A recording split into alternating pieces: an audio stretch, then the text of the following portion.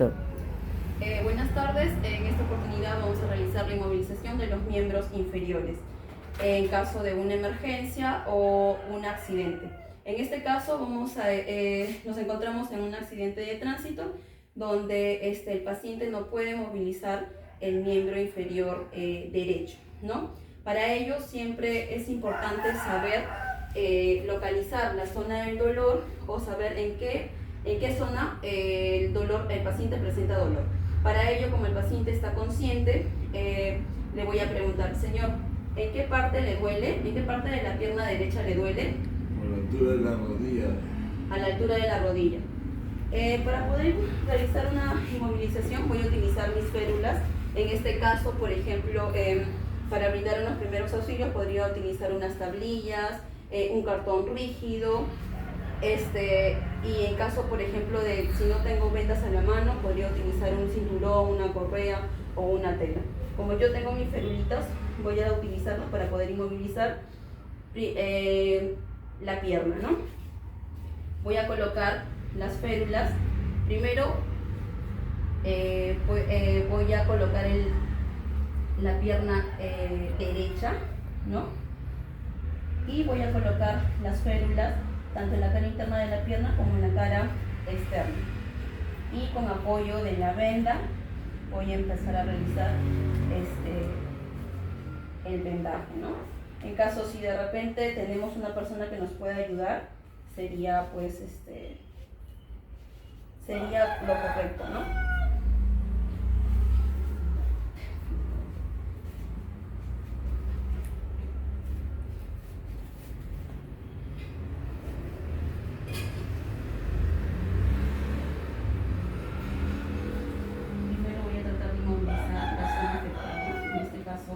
La rodilla.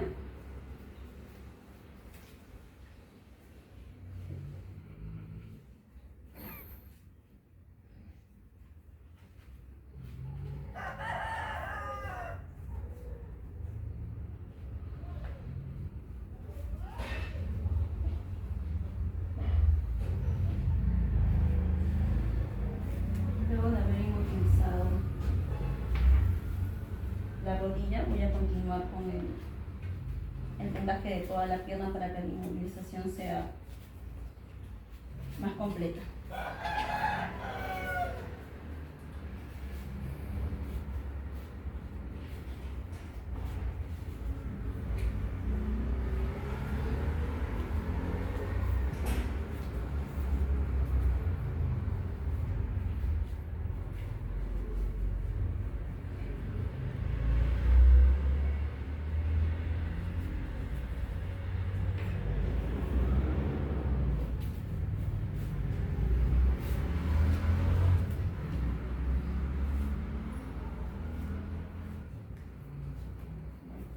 Luego de haber concluido con la inmovilización, ya el paciente puede ser trasladado a un centro de salud o a un hospital más cercano. Luego vamos a continuar con la inmovilización del tobillo. Para ello, vamos a necesitar de que el tobillo esté recto, ¿no? En este caso. Vamos a ponerlo recto y no se recomienda retirar el zapato debido a que el zapato nos va a ayudar también a dar estabilidad al tobillo o al pie, ¿no? Yo voy a utilizar estas férulas pequeñas, pero en caso de no tenerlas pueden utilizar tablillas, pueden utilizar cartones rígidos o lo que puedan tener a la mano y le pueda brindar rigidez a la zona afectada, ¿no? Voy a colocar estas tablillas a la altura del zapato y voy a empezar con el vendaje.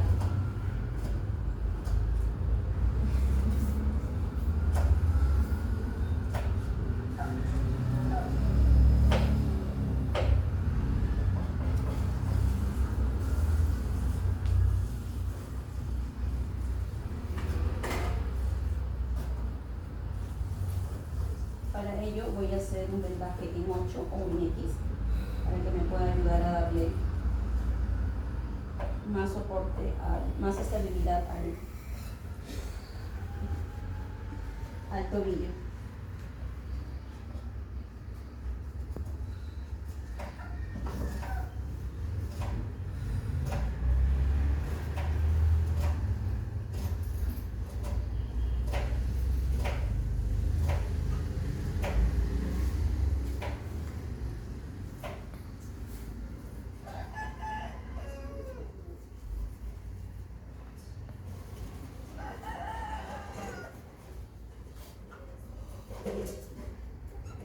Luego de haber inmovilizado el tobillo, ya podemos trasladar al paciente a un centro de salud o hospital más cercano.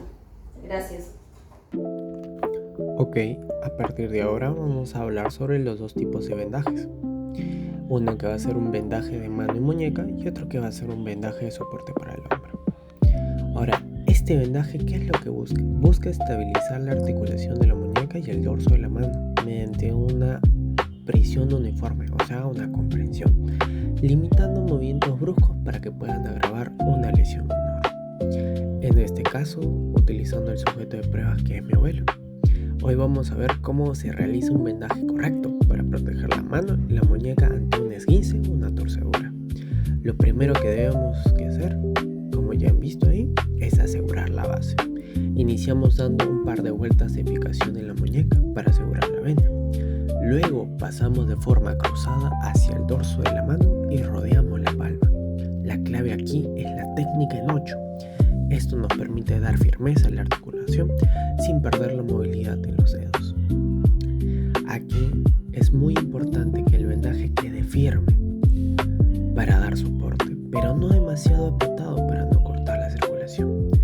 Terminamos fijando la venda y asegurándonos de que el paciente se sienta cómodo y estable. En este caso se van a utilizar pequeñas herramientas como las pinchas o las pirañas para asegurar el vendaje. Y como pueden observar, aquí el paciente se le mira de manera correcta. Y así se le va a mirar al paciente. A continuación vamos con el vendaje de soporte para el hombro. Cuando tenemos una lesión en el hombro, como una luxación o un tirón fuerte, ¿cuál es el objetivo principal? Es quitarle el peso a la articulación. Veamos cómo es que se puede estructurar este soporte.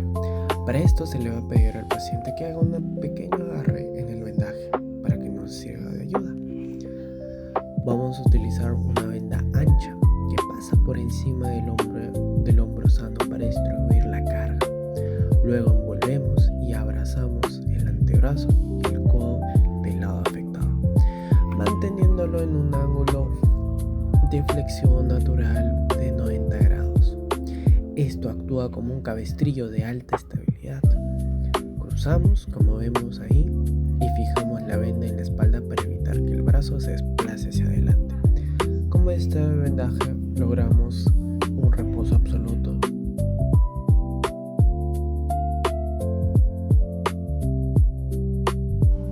Posteriormente, el paciente debe ser trasladado a un centro hospitalario para continuar con su evaluación y tratamiento. En conclusión, ante la presencia de una convulsión, nosotros tenemos que actuar de una forma rápida, ordenada. Primero realizando los primeros auxilios, realizando la evaluación ABCDE y también haciendo la escala de Glasgow, ya que esto nos van a ayudar a prevenir las complicaciones y mejorar el pronóstico del paciente. Luego de estabilizar al paciente, es fundamental realizar una evaluación neurológica para determinar su nivel de conciencia. La herramienta más utilizada aquí es la escala de Glasgow, la cual evalúa 3 componentes: la apertura ocular, la respuesta verbal y la respuesta motora. La apertura ocular se puntúa de 1 a 4 puntos, dependiendo si el paciente abre los ojos espontáneamente al estímulo verbal, al dolor o si no se presenta alguna respuesta. Luego la respuesta verbal se puede puntuar de 1 a 5 puntos, evaluando si el paciente está orientado, confuso, emite palabras inapropiadas, sonidos incomprensibles o no responde. Finalmente, la respuesta motora se va a evaluar de 1 a 6 puntos, valorando si obedece órdenes, localiza el dolor, retira el estímulo doloroso, presenta flexión, extensión anormal o ausencia de alguna respuesta. La suma de estos 3 componentes genera un puntaje total que varía entre 3 a 15 puntos. Un puntaje de 13 a 15 indica un compromiso neurológico leve. Entre 9 a 12 se considera un compromiso moderado que requiere una vigilancia y una reevaluación frecuente, mientras que un Glasgow igual o menor a 8 indica un compromiso neurológico grave. Existe una regla ampliamente utilizada que dice Glasgow de 8 o menos intube y proteja la vía aérea. Por lo tanto, La intubación está indicada en pacientes con Glasgow menor o igual a 8, ya que tienen un alto riesgo de perder los reflejos protectores de la vía aérea y presentar así una broncoaspiración. Ahora continuamos con primeros auxilios en las convulsiones. Durante una crisis convulsiva, el objetivo principal es proteger al paciente y evitar las lesiones. Lo primero que tenemos que hacer es mantener la calma y registrar la hora de inicio de la convulsión, ya que conocer su duración es fundamental para determinar la gravedad del cuadro. La mayoría de las convulsiones suelen durar entre 1 a 3 minutos y se resuelven espontáneamente. Sin embargo, si la crisis dura más de 5 minutos, o se presentan convulsiones repetitivas sin que el paciente recupere completamente la conciencia, debemos sospechar de un estado epiléptico, una emergencia neurológica que requiere de atención inmediata. Posteriormente debemos colocar al paciente en una superficie segura, preferiblemente en el suelo, retirando objetos cercanos que puedan ocasionar traumatismos. También es importante aflojar la ropa del paciente y proteger la cabeza, ya sea con almohadas o con alguna prenda doblada. Mientras la crisis ocurre, tenemos que vigilar la respiración y tenemos que permanecer junto al paciente hasta que recupera completamente la conciencia. Asimismo, existen acciones que nunca deben realizarse. Por ejemplo, no debemos sujetar al paciente, intentar detener sus movimientos o introducir objetos en la boca ni administrar agua, alimentos o medicamentos por vía oral durante la convulsión. O sea, prácticamente tenemos que dejar a que el paciente termine su crisis convulsiva para nosotros poder ayudarlo. Ahora, una vez ya finalizada esta crisis y si el paciente respira adecuadamente, debemos colocarlo en una posición lateral de seguridad, ya que esta posición nos ayuda a mantener la vía aérea permeable, facilitando el drenaje de secreciones y disminuye el riesgo de alguna broncoaspiración. Y finalmente, si la convulsión dura más de 5 minutos, existe la dificultad respiratoria, lesiones asociadas o es la primera crisis del paciente, se debe activar inmediatamente el sistema de emergencias. Ahora, una vez identificada la crisis, tenemos que seguir con el protocolo ABCDE. Primero tenemos la letra A de Airway. Lo primero que tenemos que verificar es la permeabilidad de la vía aérea. Durante la convulsión no debemos introducir objetos en la boca. Y una vez que cesen los movimientos convulsivos, tenemos que comprobar que la vía aérea permanezca libre de secreciones, sangre o vómito. Y si es necesario, tenemos que aspirar estas secreciones. La B de breathing. Acá tenemos que evaluar la frecuencia respiratoria, la saturación de oxígeno y la expansión torácica. Y si existe la hipoxemia, se tiene que administrar oxígeno suplementario en el caso de que contáramos con este. Luego tenemos la C de circulation. Acá evaluamos pulso, presión arterial y perfusión periférica. Luego tenemos la D of disability, que se realiza la evaluación neurológica utilizando ya la escala de Glasgow. Y por último tenemos la E de exposure, que aquí principalmente tratamos de buscar traumatismos, heridas, hematomas, signos de infección y alguna evidencia de intoxicación. Buen día, doctor. El día de hoy voy a hablar acerca de abordaje de primeros auxilios en las convulsiones. Bueno, lo primero que tenemos que hacer es reconocer el tipo de crisis que tenemos enfrente, ya que puede haber una crisis focal o una crisis generalizada. La primera tenemos en las crisis focales una focal consciente, que acá el paciente ya va a permanecer despierto. Segundo, podemos tener una focal ya con la alteración de la conciencia. Y último, una focal con una generalización bilateral. Ahora, también podemos estar enfrente a una crisis ya generalizada, que acá las crisis tónico-clónicas son las más conocidas. Y acá hay 3 fases. Primero, la fase tónica, que hay rigidez muscular generalizada y pérdida de la conciencia. Segunda, la fase clónica, que ya hay sacudidas rítmicas de las extremidades. Y por último, la fase postical, que hay somnolencia, confusión y también cefaleas. Entonces ahora nos toca hablar sobre el arrebatamiento. Puede ser o parcial o puede ser completo. Hay ciertas acciones en las que podemos diferenciar esto, ¿sí? El parcial, primeramente, el paciente puede hablar, puede respirar y hay una acción completa que él puede hacer, que es la principal, y es el reflejo de oxígeno. Tiene la capacidad de toser. Entonces, para esta situación, lo que tenemos que hacer con el paciente solamente es ponernos detrás de él, inclinando en una posición de un aproximado de 45 grados y Y ponemos obviamente nuestra pierna, la ponemos en esta posición también, para tener mucha más facilidad a la hora de hacer unas palmadas, específicamente 5 palmadas con la base de nuestra palma. Y a la hora de palmar no es recto, sí es elevado. 1, 2, 3, 4, 5. ¿Ok? Y lo procedemos a hacer. Lo visualizamos al paciente, si sigue atragantado, si sigue tosiendo, continuamos. ¿Ok? Esa es cuando es un atragantamiento parcial. Ahora, cuando es completo, el paciente muestra una acción muy clara y es obstrucción completa, dificultad para respirar, ¿sí? No puede hablar y tampoco presenta reflejo de oxígeno, por eso tenemos que inducirlo. Y acá iniciamos primero con la misma posición de 45 grados, colocamos nuestros pies así y damos las 5 palmadas, 1, 2, 3, 4, 5 y colocamos nuestro puño entre la apófisis sifoides y la cicatriz umbilical. Colocamos nuestra otra mano sobre esta, sobre el puño, y hacia arriba, empujando el diafragma, empezamos a hacer las compresiones rápidas. Ahí va uno y ahí va el otro. Y ya está. Esa es la maniobra de Henrich. Muchas gracias. Hablaremos de abordaje de primeros auxilios en intoxicaciones, mordeduras y picaduras en Perú. Como principios generales, ante una intoxicación tenemos la evaluación inicial, que es A, B, C, D, E. Verificar que la vía aérea esté libre, evaluar respiración, también controlar pulso y circulación, valorar nivel de conciencia, identificar signos de exposición a tóxicos.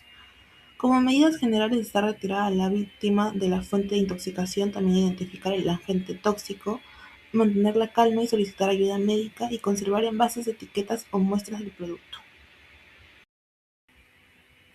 Bueno, en mordedura de serpientes, como primer auxilio, tenemos mantener a la persona en reposo, también inmovilizar la extremidad afectada, retirar anillos, pulseras o prendas ajustadas y hacer un traslado urgente a un establecimiento de salud. No debemos hacer torniquetes, ni cortes sobre la herida, ni succión del veneno, ni aplicación de hielo, ni remedios caseros. En picaduras de escorpiones o alacranes, como signo tenemos un dolor intenso local, también enrojecimiento, hormigueo y en casos graves dificultad respiratoria, sudoración y alteración cardiovascular. Lo que debemos hacer es lavar con agua y jabón, aplicar compresas frías envueltas en tela, también mantener reposo y buscar atención médica. En picaduras de arañas, como en el caso del Oxoceles laeta, sus signos son dolor progresivo, lesión violácea, necrosis cutánea y fiebre y malestar general. En la Troectus mactans, sus signos son dolor muscular intenso, espasmos, sudoración y también hipertensión. En estos casos es lavar la zona con agua y jabón, también aplicar compresas frías, mantener reposo y acudir inmediatamente al hospital.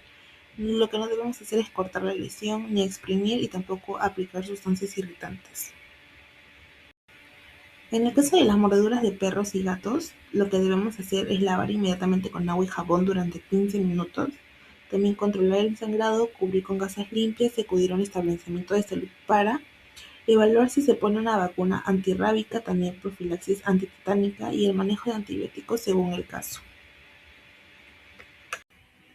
Bueno, en el caso de la picadura por mosquito, en esta hay manifestaciones clínicas como dolor leve, sensación de pinchazo, también enrojecimiento local, picazón y pequeñas pápulas o ronchas.